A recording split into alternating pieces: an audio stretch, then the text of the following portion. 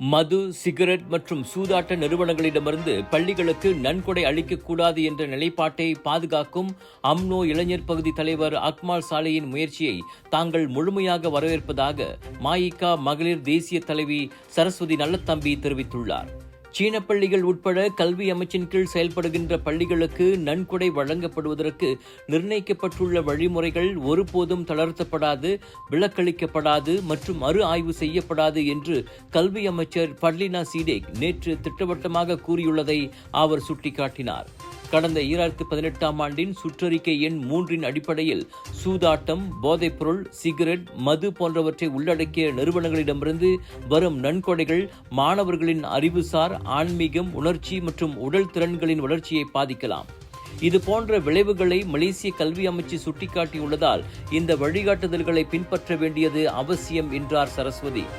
இதனிடையே டிஏபி பொதுச் செயலாளரும் போக்குவரத்து அமைச்சருமான ஆந்தனி லாக் இந்த வழிகாட்டுதலில் தளர்வு ஏற்படுத்தும் வகையில் அமைச்சரவைக்கு கொண்டு செல்லவிருப்பதாக கூறியிருந்தார்.